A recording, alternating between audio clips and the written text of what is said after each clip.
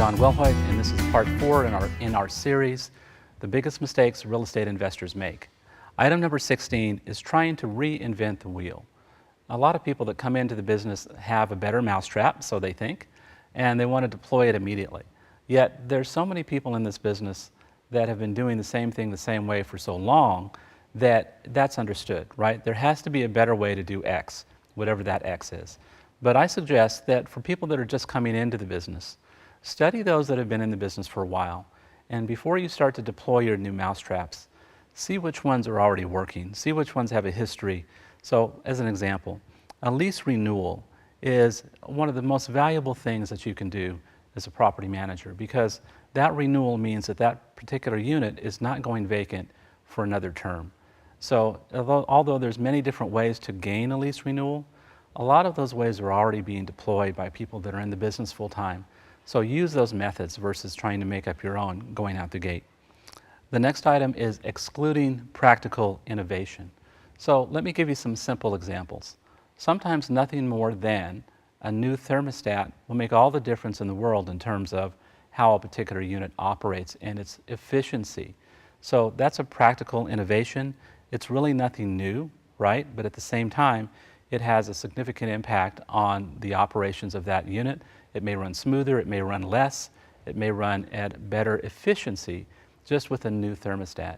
Changing out filters is in the same category, making sure that windows that have screens, all the screens are operational. It's a small thing, still, yes, but it's practical innovation, things that we know work, and things that we should continue to deploy at the property level before going to the next step. Number 18 is not having a sound and solid collections policy. We can't just guess. This is a business that requires you to be fair. We know about fair housing laws, right? But beyond just fair housing laws, whatever the policies of the asset are, those policies need to be deployed across the entire property the same way, without exception, without favoritism. So when we talk about collections policy, what is your collections policy, and is it being deployed the same for everyone on that particular site?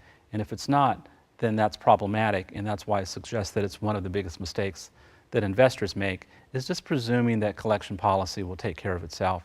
It really does have to be created and placed into service in a uniform manner. Number 19 is not believing in your own pro forma. If your pro forma tells you that your debt service coverage is less than 1, and it's your pro forma, and you've added back depreciation, then you probably do know for certain that it's a negative cash flow asset, right? So there's no guesswork. When you're using your own numbers, one of the things that hopefully you never do is fool yourself. And that would be something that was so easy to do because we have hopes, we have aspirations. We want to make sure that the property is running and running at a positive cash flow, having a good debt service coverage. But you need to believe in your own pro forma and follow what that tells you in terms of operational sense and whether or not it's an asset that needs to be in your portfolio going forward or perhaps removed from it. Item number 20 is ignoring technology. Now, I'm over 50, but yet I text, and I have a Facebook page and Twitter. You can find me at any of those at johnwilhoit.com. But everyone doesn't use technology to the same degree, right? But if we exclude Apple for a minute, that comes out with an entire new product line just about every year, most of the technology that's in use today has been around for a while. So if you're not utilizing that technology, then there needs to be people on your team that know how to use it, that know how to put it in motion.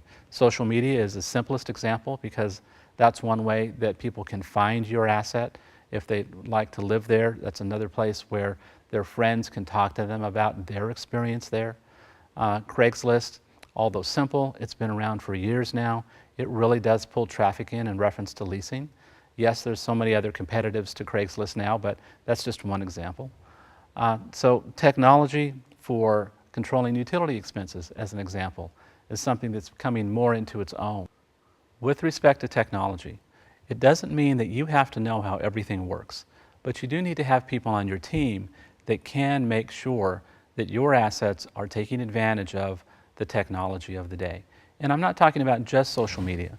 It can be with respect to utilities, it can be with respect to utilizing systems or vendors or supplies that have a longer term of life than they would even 5 years ago because of changes in technology, because of the way things are built, that they have an extended life. So that's a use of technology that's different than what we talked about before, but it's still a technological advance.